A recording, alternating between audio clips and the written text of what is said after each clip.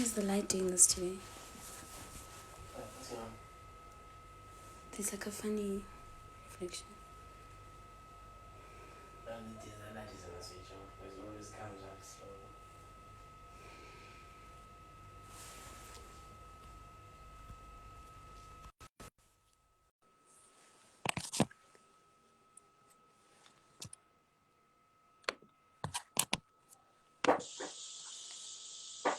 Hi. Hello. How are you? Good. How are you? I'm well, thank you. Great. How's you been? How's your Friday been? Have you been working? Sure, yeah, I've been working. I quickly just had to do my face now, like 10 minutes before, and like try and handle the hair. It was in Bantu knots and stuff just now. Oh Yeah, my it's gosh, been it's it's been listen, it's been a very rough day, but it's fine. We're here. the hair struggle is a real thing. Today I just Oh, I let it go because what's underneath here is just I no, get good for you. insecure. I don't have a wig. I don't wear wigs. I don't know why. It's been something. I'm like, no, it's fine. These days, I'm like, yo, why don't I invest in these things? I've never been more grateful for my wigs than those damn Microsoft Team meetings where people suddenly want to see your face. I'm like, why? What do you need to see of mine? And now my hair is just so Right. Mm-mm. no bullets. I think that I need to be a black girl who knows how to do her own hair after this because wow. I think we all need to be. Those YouTube tutorials are going to be my best friend, let me tell you. So I tried, right? I watched a clip on how to do braids and I think I saw 2 videos and I said, okay, like I'll try again I, I, next time. I, I I low-key feel like you were aiming too high. You can't be trying to start and you want to start with braids. You must like start and learn how to like moisturize your hair, like things like simple things like that. You can't be, you want to do braids. What are we talking about here? We're talking about black girl things, black girl problems, okay? Black girl problems. And But there's so many. hey, we shall overcome. I'm so excited to welcome you to the Cheeky Natives. Welcome to Nosipho Dumisa. We're super excited for today's conversation. I just have a feeling which is going to be levels and I levels hope and so. levels. I hope so. I'm No very, pressure. very, very excited. This is great. This is really It's great. also Sorry, I'm my just gonna get birthday, so you comfortable. kind of had to just like bring the heat, right? Let's see if the heat can come right now. Let's see. But yeah, No this pressure. is I cool. mean, if No it pressure at comes, all. you But can send me I'm those in good hands, I earrings. hear, so I'm excited. You can send me those earrings. It's fine. So you can send those earrings. It's fine. I'm taking birthday gifts all month, so I'm very happy to have those earrings. Is it your birthday this month? It's my birthday today. Is it your birthday today? Happy birthday. I would sing to you, but people are watching, so no. But happy birthday. I hope you had a great one. I hope you're having Thank a you. great day. Thank you. So this was part 1. I think post lockdown I'll have like proper birthday celebrations because wow, I never experienced. Anyway, welcome everybody. We're super excited. Thank you, Didi and Claire. We're super excited for today's conversation. I want to introduce our amazing guest before we start. We have Nosipho Dumisa, who is a film and television writer and director at Gambit Films, a production company which she co-founded in 2009 that is focused on producing original content which resonates with audiences around the world. After years spent making small budget commercials, Nosipho returned to narrative filmmaking when in 2014 she co-directed the SAFTA award-winning short film titled Nommer 37. I don't know what 37 is in Afrikaans. Number 37 for kykNET's Silwerskerm Film Festival. The short film was released as a feature motion picture of the same name in 2017, which Nosipho also wrote and directed, and had its world premiere at South by Southwest International Film Festival in March 2018.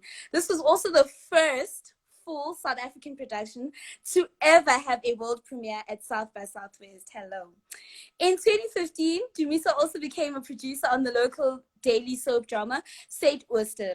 Her new young adult drama series, Blood and Water, is the second original Netflix series to come out of Africa and debuted in May 2020. Among her many accolades are winning the Cheval Noir Jury Award for Best Director at the FantasiaInternational Film Festival in 2018 and being named among the 2019 Mail and Guardian's top 200 young South Africans.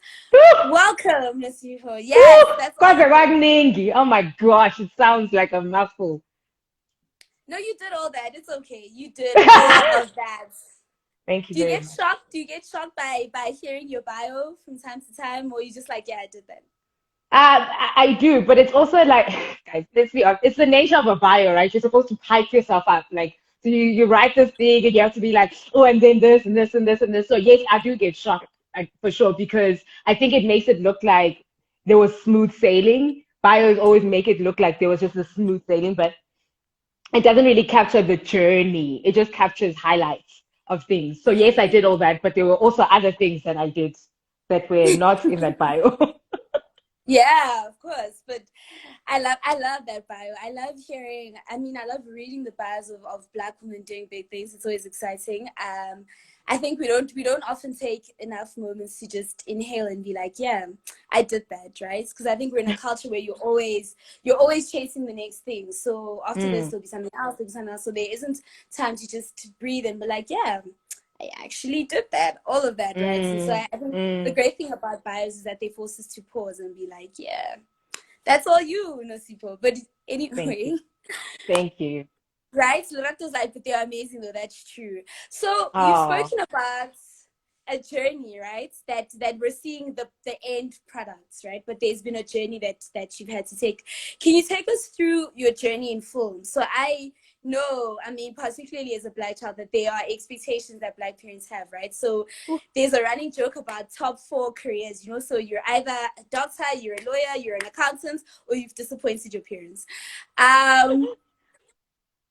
But here you are, you studied the dramatic arts, you studied film, you went and decided to have a career in the arts.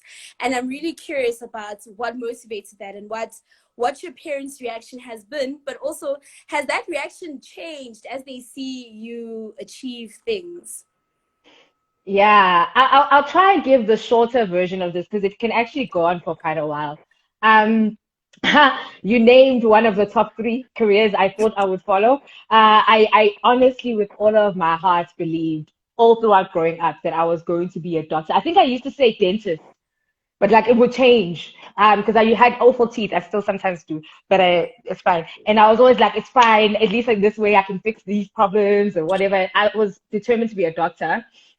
I took the subjects in high school. I was doing okay. Like I could have, I suppose, gone into to study that, but my in I think it was in grade 11 or grade 10. I can never remember exactly. I had a drama teacher who came to our school. I was in Jefferson High School, and so I'd been doing drama all along. I mean, I think since I was a child, I used to play with our shoes. We didn't like toys. My sister and I didn't like toys.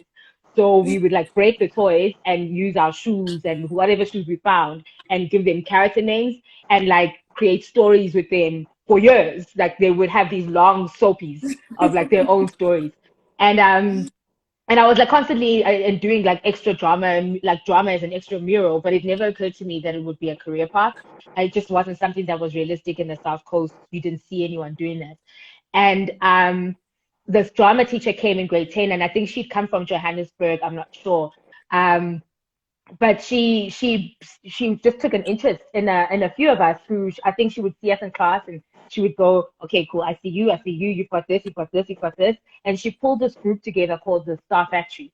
And really what that program was a lot of lessons, a lot of practicing different things, but then also she would bring people from the industry. I remember the one time she brought her daughter, I think was in the film industry at the time, to come and speak to us. She would organize trips to Johannesburg, and we'd go to Joburg and we'd like watch theater things, or we went to AFTA and they gave us a tour, and you know she was really investing in us in opening our minds to the industry. And then come grade 12, at this point I'm like, yo, okay, I think I don't want to be a doctor, but how do I tell my incredibly academic parents my whole family is very academic. The Dumisas are like, they're all about academics. It's all lawyers and accountants and, you know. So I was like, yo, how do I come and tell these people this thing? Um, and I did. I told them, and they were devastated. I was still telling them that I wanted to be an actor, and my mom was like, "Uzoba njengoba ukarabo, uhambe ukhisa wonke umuntu lana." She was like, you can't be that, you can't be Karabo Moroka, just kissing everyone on screen." Um, she had a bit of a panic session.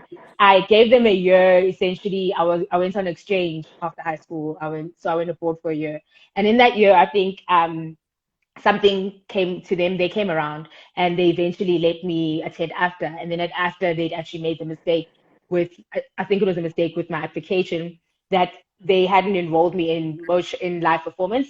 They'd enrolled me in motion picture medium, which was everything but the performance side of things. And then I kind of went, okay, let me try this. And then I realized, actually, I don't want to be an actor. I want to do this other thing. I mean, that's interesting, right? Because when you were in high school, you always wanted to be lead actress, you wanted to be an actress, you know, you were there, right? And now you do a lot of the behind the screen work, right, as a director. And I'm curious about what that shift has been like, right? Has it been what you imagined as a student? Has it been a little bit more challenging? Do you ever think of going in front of the screen again, like lead actress vibes? You know what? I think the shift for me mentally, it took me a long time. I spent my entire first year and after really struggling. I didn't feel like I felt it. I fit in to the other kids at the school. First of all, I hadn't come from a school where we'd learned a lot about film. Some of the kids had made some short films before. You know, they came in knowing some things. And I'd really come in very fresh. I understood a little bit about theater. That wasn't about as much as I understood. And there was this thing of like, there were, you know, you get these like groups of people, guys, like where it's like and I don't want to say anything bad about it, this was my experience at the time, but there was a lot of like segregation at the school. It wasn't enforced on us, but somehow, you know, you just gravitate towards your people. And what I was finding is our people weren't really taken seriously in the storytelling thing. And I started to feel like, yo, maybe I do suck. Maybe I don't know what I'm doing. Maybe I should think about going into acting. But I think there was a point for me where I was probably in second year where I just said, you know what, I'm here and my parents are paying for this education. I'm blessed to be here. And so many people had fallen out by that stage. I think I know I was the only Black girl in my class. Yeah, by the time I think we were like at the end of second year, I think I was literally the only Black girl and also one of two girls in the class in general, in my directing class. Which was astounding. I think I could be wrong. I know some ended up moving to producing. So for me, there was almost a sense of like, I want to prove a point now. You know, I want to prove that I can do this. And then somewhere along the way, I began to believe that I could do it. And I also started to realize that I enjoyed it more because being behind the scenes, I have more control of what stories are being told. And how people are portrayed, how characters are created and come to life. And I think I'm such a control freak that I wanted to be able to do that. My friends who were in the acting classes would come and like we'd cast them. We'd kind of tell them, oh, you get this part, which was horrible. But we were students sometimes are also just like, we think we know a lot. But I did. And I would, you know, I wanted to be able to have that control. And I think there's a point where I realized, actually, this is my purpose. The other thing is great for me as my stress reliever, but it's not the career for me. It's not the door I'm meant to walk through. So would I want to be on screen? No, I don't think so. So, I mean, the other thing that I found interesting is that what you just spoken about, how you were the only or one of very few girls that was studying in your class, right? And I think that you've also found that when you actually went into the working world, you found that that ratio hasn't changed, right? And I mean, to add another layer to that, you're also a Black woman. So you are a young Black woman in this very male-dominated, white-looking industry. And I wonder what some of the challenges have been, but also what some of the navigations that you've had to make have been, right? Like, what do you look back on now and just think, yo, how did I get through that? So I actually had a very unique journey, I think, compared to some of my other colleagues that I speak to a lot. I by the time I was finishing as film school at AFTA, I formed really good bonds with a lot of the other students in my year. And we had a year that was kind of like we were very audacious as people. We were kind of like when people would tell us you're not allowed to do this, that's what we'd want to do, right? Oh, wow. So as a year group, that was just our mentality. So by the time we were now going into our final year, already we a bunch of us had been like interning or working on some sets, assisting. And what I was realizing then is that in the film industry in Cape Town specifically, there was a service industry, there was a commercials industry, mostly service. There was very little original work coming out of South Africa. Most of it was in Johannesburg, and in Joburg, it was a lot of TV and was very specific kind of TV. I think if you go back to when I came up, was more than 10 years ago. Okay, so try and think back that far. TV was very different. I think we've got great programs now, but I think it was very, very different. And we were, my friends and I, we were very specific about what we wanted to be able to achieve. And we knew that we weren't going to be able to do it if we went about it the traditional route, which was go on sets, assist for a really long time, and kind of work your way up gradually and hope that someone's going to eventually hire you. I think at the time, if we wanted to be directors, I think as a crew member, it's different, but as a storyteller, as a writer, as a director, you have to direct in order to be taken seriously as a director. You can be the best assistant, but if you're not, it's not necessarily going to happen. Someone's sending me a message saying, I must just bring that camera up. My face has been cut off. I'm just going to move back. I'm not doing all that stuff now. So yeah, I think, so what I did so what we ended up doing is we started our own film company straight out of school, Gambit Films. And we knew that we were going to sacrifice, we weren't going to make money in the beginning, but we just needed to be able to do it because in the end we would win. Because we wanted, and we started telling, so I didn't really walk around personally as an individual asking for work. There wasn't that journey as an individual. I was riding in a pack of other people who also knew that we were going to get a lot of rejections. So our rejections came as a pack. I think the one thing that once I started to be an individual within the group was after my short film, Nommer 7 Dada. I remember I started writing the feature, and I was already doing some commercial work at the time on low budget commercials, and people would offer me commercials to do, but I wanted to do like awesome, like crazy things, and people would always offer me like moisturizer ads or like, oh, do you want to pitch for this? I'm like, I mean, no, not really. But I think the idea that I was a woman and therefore I needed a soft touch, that would be suitable for me. Whereas for me, I was like, did you watch this short film that I did? It's not really what my vibe is. I wrote the feature film, and I was supposed to, and I created the director's pitch for the feature film. But I remember at the time there was confusion as to, are you sure you're the one directing it? I would thought that one of your other colleagues was going to direct it, and my team's male, and which I was like, but it's my pitch, it's my script. Yes, I am directing it, and of course I had a great team. I have great partners: Bradley Joshua, Benjamin Overmeer, Darren Joshua, Travis Tauti, Simon Beasley, and they were all like, no, forget that. We know who you are. We know what you do, and they supported me all the way, and that for me changed everything after I actually made the feature film. Sorry, that was a long-winded answer. No, that's perfect, right? Because I actually now want to speak about the mediums that you've worked with, right? And I guess the challenges from the transition. So you've now worked in TV and you've worked in film, right? So you've done the short film, you've done a feature film, and you've now done, you've also worked in TV. And I can imagine those are very, very different mediums. So what adjustments have you had to make for yourself in like transitioning from the one to the other? And do you have a medium that you prefer? Like if you only ever did this one thing, what would it be? I'll answer the last question first. I don't have a specific medium that I prefer, only because I think I've found I'm learning different things from each one. And I love different things about each one. I think in TV, I'm getting to delve a lot more into character stuff, and really just like, you have a lot more time to work with characters. And I think I'm finding that I really like that, because I like to dig in a little bit deeper. One features, you have more time on the creative. and you have more flexibility on the creative to kind of go, you know what, I really feel like we need silent moments here, you know, and you can do that, and it's okay because it's more you working and you created your vision, and it's less of other people also being involved in it. So I think there's different aspects of it that I love.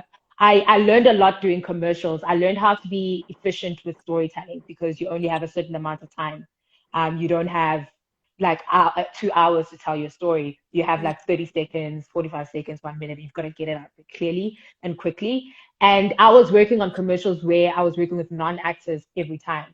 So for me, it gave me the skills that I needed to be able to learn how to communicate my vision and about what I needed with an actor who didn't necessarily know how to bring a performance. I think it just made me better to work with actors in that way. What do you think makes a great director? Like, what do you think a great director does for whatever work that they're working on? You know, in my opinion, I think it varies.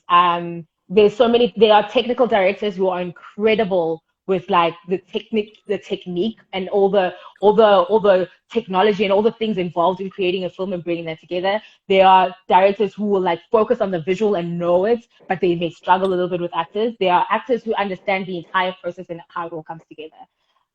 For me, my process personally is that I really trust my team. For me, it begins with the team I put together with my producer, that whatever team we're putting together needs to fit and gel and understand the vision and believe in the vision.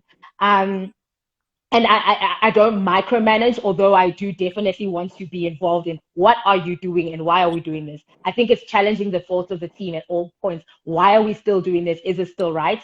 I think it's a director who knows a director needs to be able to communicate.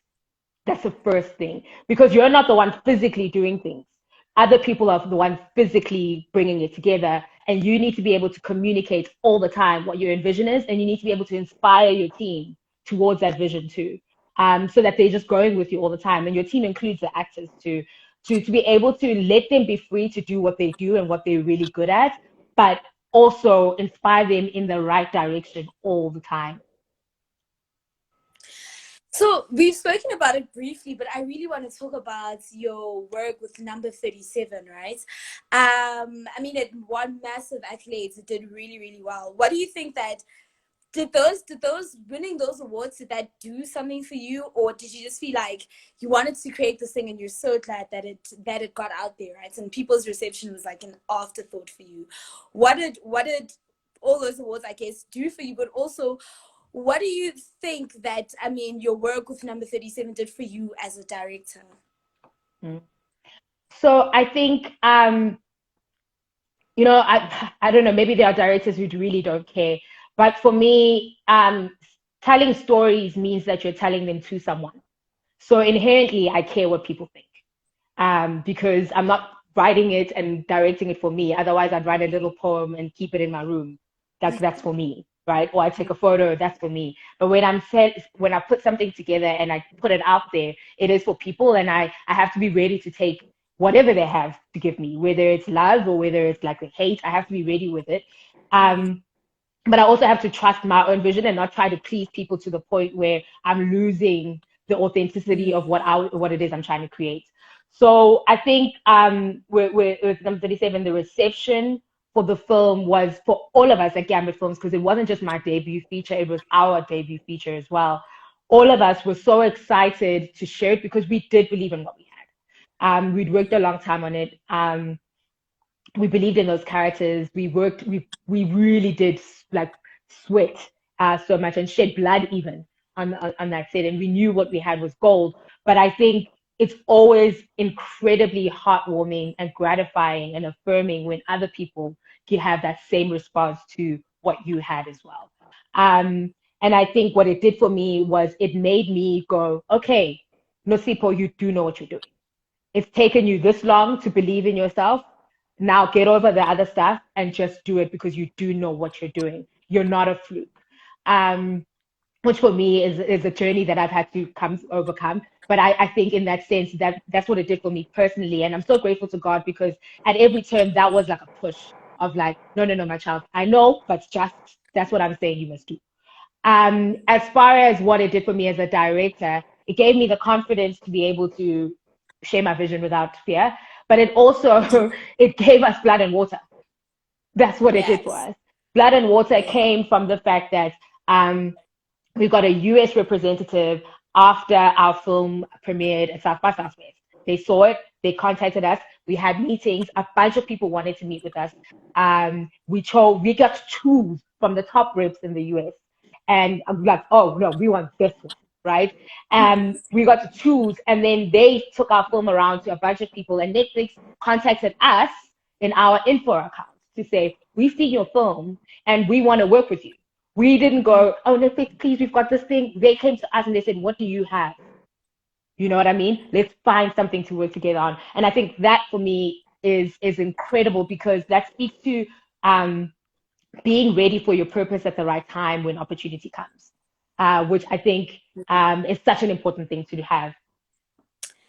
Right. I love that. I think that, I mean, I have a question now, just based on something that you said, right? And this is a conversation we've had with a lot of super, like, amazing, high achieving Black women. And it's this conversation around imposter syndrome, right? And like this feeling of, oh gosh, I'm a fluke. One day they're going to find out, right? And I mean, you've now had amazing success with not one, but two different things and two different mediums that you've explored. And do you feel like that feeling of imposter syndrome is getting better? But also, on the days that imposter syndrome is like at full force, what do you say to yourself? What do you say that makes you feel like you can do it? Yeah, to be honest, I think for me, it's definitely still something that I have to battle with every now and then. I think it's better than it used to be. I think the reason that so many of us feel imposter syndrome, specifically as women in this industry, and specifically, first of all, we've got a lot of people who tell you can't do it. That mean they straight up tell you. But then there's also a lot of subtle ways in which you're told that you can't do it. You don't see people who look like you achieving a lot or being celebrated. For me, I didn't know female directors, specifically Black female directors, coming out of South Africa for a really, really long time. I had to be intentional about going to find out who they were. And it's not because they don't exist. They're actually so many. There are so many. And they're doing brilliant work, but they're not celebrated. So they're not just not celebrated like our male counterparts. And so what happens is you start to get in your own head to say, oh, maybe there's a reason I'm not getting ahead. Maybe I'm not good enough. And I think for me now, what I have to say to myself is constantly is, well, whether you're good enough or not, you're doing it. So just do the best you can and kill it. Kill that.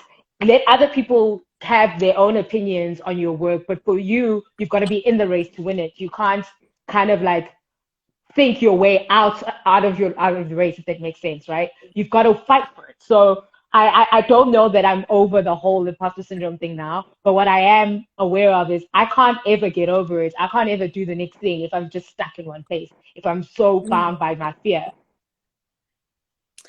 So I think that, like, Blood and Water. So I watched Blood and Water one day. I was meant to be working. But what happened was I watched the first episode and I was like, okay, now I need to see what happens next, and I need to see what happens next, right? And I have so many questions around just the process of Blood and Water, right? So, I mean, something that Leclerc and I were thinking about and working through is the idea of like ethical storytelling, right? So Blood and Water is loosely based, or is closely based around, and you can correct us if we're wrong, around the Zephany nurse story, right? And there's been a lot of, like, I guess, comparisons that people have drawn between the two, you know? I mean, so firstly, is it based on the Zephany nurse story? But also, if it is, I mean, did you have a conversation with the family when you were writing the story, when you think of the story, or like, what was the considerations that you were making when you first started, like, thinking of doing the story? So Blood and Water, to just come right out of the gates with it, is fiction. It's not it's the process of creating Blood and Water started in 2017. We just wrapped number 37 filming. We hadn't released it yet, and we knew that we had to be ready with the next thing. What we're really good at is suspense. We really good at creating suspense and tension, whether it's in a thriller, in a horror, in mystery, whatever it is. And we were looking for, a premise. And I remember we were reading through a bunch of stuff, and we came across a statistic that at the time, I think it was something like every 5 hours, a child goes missing in South Africa, which is shocking. Every single 5 hours, a child will go missing. And for me, it started to trigger these ideas of how many families are going through all of this. And what we wanted to be able to do was tell a story with an abduction case, and center it around young adults and young kids. And I mean, that came through later with Netflix, that we're like, why don't we center the story around young adults? Instead of it being just a family story, we're really good at young adult narratives. How do we do that? And together we came with this idea of, we want to be able to tell the story through a young girl's eyes who's got so much agency. She makes the story happen. The story isn't happening to her. She's literally at every turn the one creating, whether it's her own misfortune or her own fortune. And that was really important to us, and to be able to tell that story in an aspirational world. So I think we wanted to be able to say to the rest of the world, Africa has different kinds of stories to tell. And by the way, we have people living a great lives here as well. I think people always see us like we've got a fly on our nose, or like it's always, or we're in a safari. That's been what the world's perspective of Africa is. And we wanted to say, well, there's so much more. And what have you been surprised by the reception of Blood and Water? I mean, it's been #1 in like countless countries, right? And I think we all just had, like, as a country, we had a collective day of just binging on Blood and Water, right? And then we had like a collective week of just like, oh my gosh, what happened? When is season 2 coming? But have you been surprised by the reception of Blood and Water? What has that reception done for you? What has it meant for you? This week I think I'm a little bit fragile today because I haven't slept much, so I'm a little bit emotional when you ask that. It's been incredible. I think we definitely knew we had something different and special. I was petrified. Listen, I'm scared of Sarah. Okay, South Africa is scary to me, all right, because I shame. God, on Twitter. So we were so scared, and at the same time so excited, because we knew that this was something really special. And I think if I think about the response now, yes, we knew we had a story that would resonate, but what we didn't expect was the overwhelmingly positive response. It's been overwhelming. It's and across the globe. We've been #1 in so many countries, like you mentioned, been in the top 10 in several world countries. People are still watching. People are still responding positively. I think that for me it tells me that the world is ready. The world is ready for new voices. The world is ready for our stories. If you're a writer, guys, write stuff, man. Write stuff. The world's ready. I mean, so Blood and Water almost caused conflict in my household because my husband was working. He was in the office, right? So I meant to only watch, this thing about watching series without your significant other is a thing, right? Because I also get very crazy when he watches things without me. So I watched it, and I was like, no, I'll just watch one episode, and then like when he comes back, I'll just watch this episode again. But then I was like, oh, what's happening next? What's happening next? So I watched the whole season, right? But now I can't say to him that I've now watched the whole season, So I'm like, I understand. It was cool. It was cool. And then he's like, did you watch this whole thing without me? And I'm like, yes, but I can explain. No, you take that secret to your grave. You don't tell him. I couldn't lie on top of everything else that I had done. So I just had to take my L. I was like, okay, I can't lie on top of the fact that I watched this whole season without him. Yes, I see people are judging me in the comments. Okay, yes, fine. Now, I got judged enough at home. It's okay. Like, guys, I would never. I do this. My fiance is in the other room, but like, I do this all the time. I watch stuff. I'm like, I need to. You don't say. You don't tell them. It's okay. Just pretend. He Don't actually tell just me. commented, "I'm judging you again." And my cousin is like, his wife did the same thing. Ish, women of our family. But okay, all right. All right. So I mean, what I really, really enjoyed Blood and Water, right? And I think that it was so interesting to see a story about young adults, right? So young adults in this aspirational world who are just living their lives, right? Who are just like flourishing. I thought that it was really interesting that you focused so much on young adults, and you've spoken about enjoying doing like telling the narrative of young adults. But like, why is that? Because I think that they're quite challenging to work with, right? Because it's hormones, it's figuring yourself out, like it's a lot of things. So I would imagine that that kind of like age group is a bit difficult to work with as well, right? So I'm curious about why you're interested in young adults narratives. What about their narratives is so striking to you? I think what's really great with working in the young adult space, specifically with stories like these, is that you know, they're trying to figure out who they are. That's the journey. And I think for me, I've been really intrigued with themes about identity, and definitely Blood and Water's main theme is identity. Um, Mm. and I think first of all, I think I want to praise the cast of Blood and Water. Every single one of them, if any of them are watching now or if they're going to watch later, they are brilliant. They are such lovely people. And it was the first time for me being like the oldest on anything.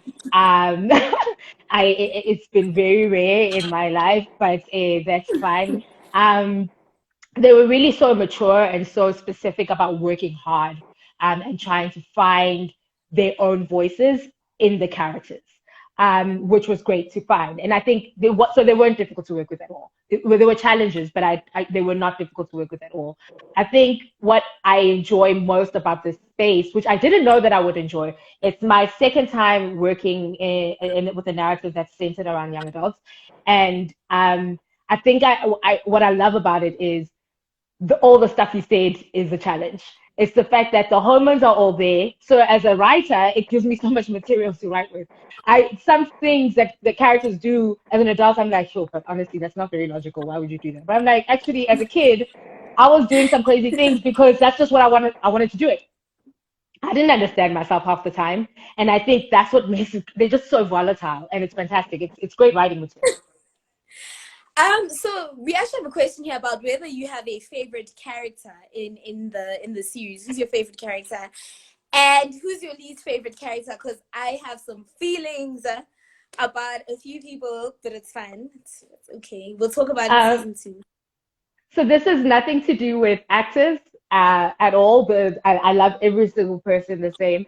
Um, it just goes. It's for me. It's more like I aspire to be in a certain way.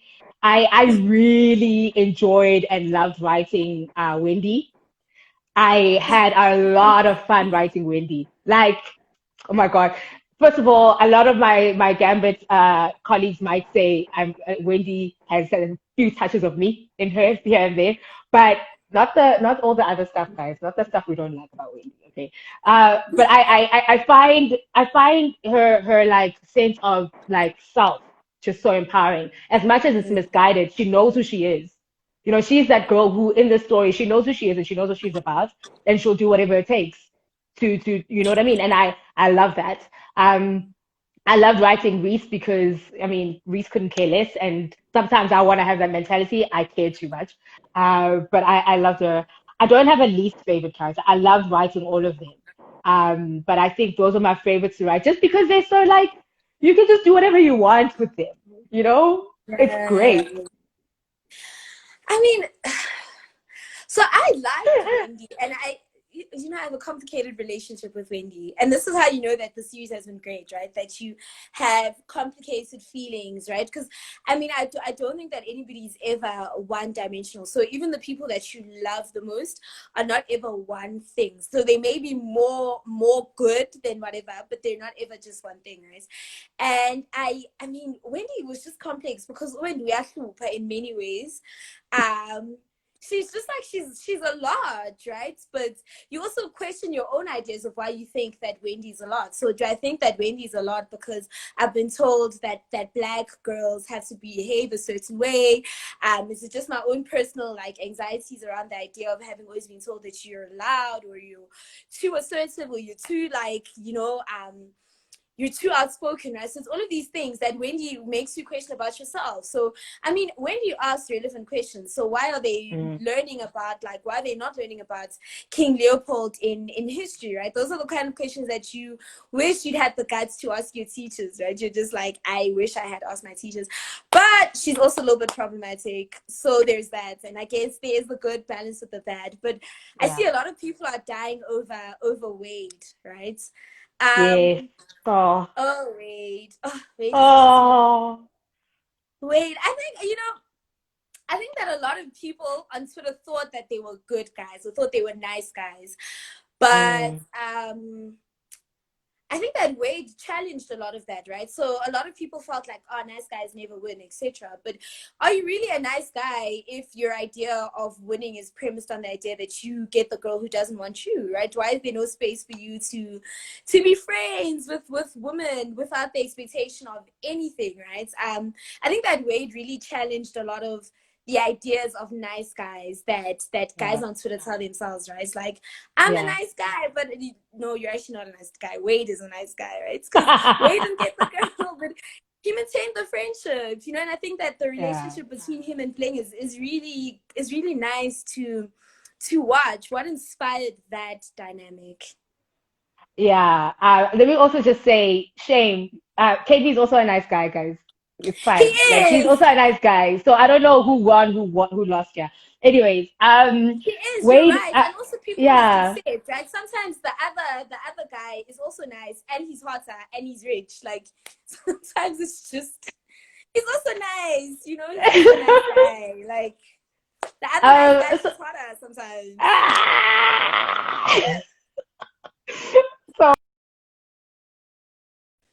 So yeah, no, Wade, I think, the inspiration of that relationship, there were many things. First of all, we needed Buleng to have a friend at school because she was just gonna go through the most, and she needed some kind of friendship. And I think in a lot of ways, Wade and Buleng are actually very similar people. Because Wade is willing to bend a lot of rules, hey? He just needs the right motivations to be able to do it. And Buleng is the same. Buleng is a bit of an outcast in her school, in her original school. She's kind of a bit of a loner. And I think Wade is in a way as well at Parker's High. And I think together they find some kind of like a connection because, when you're the principal's son, people think of you in a certain way, they treat you a certain way. And Wade is this artsy guy, no one really gets him, and he's a bit awkward himself. And I think they found a natural connection, and we were looking for a friendship that felt real. But what we were trying to do is across the board, all these characters, none of them can be one-dimensional. None of them, like all of them had to have like shades of like gray in them, areas where they're like, this is who I am, but if you put me in this situation, I'll be this person. Because that's what human beings are. All of us will be, Nosipho is not one person. I am one person here, I'm a different person there, but I'm still the same person, but there's different shades to me. And depending on what is required at that time, I will step up or I will just withdraw a little bit. And I think we needed someone in Wade who would do that, and Dylan did such a great job. He's amazing. Yeah, he hadn't done a comedic role before. I don't think so, because I'd worked with him before, and I don't remember that he'd done a comedic role. And he was, at first, I know he was a little bit shy about it, but his audition, he killed it. So we knew he was going to do it. We knew he was going to deliver. And when he came out, I think it was the second scene he shot. When he came out, we were just like, okay, we're ready, because he just needed to understand. He believed in that character so much, and believed in Wade's journey that it's not just about Buleng either. I don't think that Wade's story is just about Buleng. I think it's about him finding his own voice. He needs to find a way to kind of go, this is what I want, Buleng. I can't be this person. I can't just be the guy you use. Like, I'm your friend and I like you. What's happening here? And then Buleng can state her case. Okay, so I can be your friend and help you in this, but there's certain things I don't want to hear from you in, because you understand that I have feelings, and my feelings aren't just going to disappear. And I think that's really, I think that was, we wanted to paint this thing of people can be mature about how they feel. You don't have, it doesn't have to be all or nothing. You can be someone's friend and help them and still have feelings and yet recognize the fact that your friendship also means something. Yeah. Yeah. I that casting was great. I mean, Jay, somebody made a comment earlier, and I think it's really great as well, because the casting for this was like amazing. So everybody inhabited their character, and you actually believed that was so. And there was no point where I didn't doubt that was Cape B, right? So I was just like, this makes a lot of sense. Yeah. And so I want to know, when you were doing the casting, what were you keeping in mind? What were you looking out for? Did you make a conscious decision to use a certain kind of actor? What influenced the casting of this series? We had, first of all, we had a fantastic casting director, Kutlwano Ditele. Ditele, oh my gosh, oh Manguni, privilege. But Kutlwano, a fantastic casting director who's also a fantastic filmmaker in himself. And what we knew we needed was we needed a cast that would balance, new faces with veterans that would all feed off each other. We wanted a cast that would, each character needed to have an actor who would be able to move between different versions of the same thing. Like they needed to be able to be funny and angry and have a lot of the emotional capacity as an actor to be able to deliver an emotional performance. So that was the main thing. In our auditions, we wanted actors who were strong actors first before anything else. They needed to be able to do everything. So the auditions were quite rigorous. They were audition tapes done, which we then reviewed and created a short list. I did multiple callbacks with a few of the actors. And so we felt like, okay, we've got a balance. But what we knew we wanted to do was build the cast around Buleng. So we were set on finding Buleng and Figile first, figuring out who they were, and then building the rest of the cast around them in order to balance the energy. Because I think we didn't want to have a very serious show, but we didn't also want to get to the point where the show is like so funny and lighthearted that there's no depth to it either. And you need actors who are going to be able to really carry that. So let's have another here, stories. Let's talk about Nguni privilege. Wait. That was such a funny line, and he carried it off so well. It was interesting. I mean, what has working with Netflix been like, right? I mean, what was that experience like? It's been so great. I think the nature of any new relationship, which is what this is, it's really been a relationship, it's been a real partnership, is that you spend some time in the beginning trying to figure each other out. Try to figure out what their purpose is in coming to Africa and wanting to create stories, what our purpose is wanting to work with them and telling our stories on their platform. And then finding that common ground to go, okay, great, we all have the same vision in that we're wanting to allow Africans to take charge of their own stories and in how they're told to the world. So that was a great departure point for us. And it's been incredible because it does feel like it's been a partnership in that there's a level of trust and investment in wanting to really see more stories being told and in us as storytellers.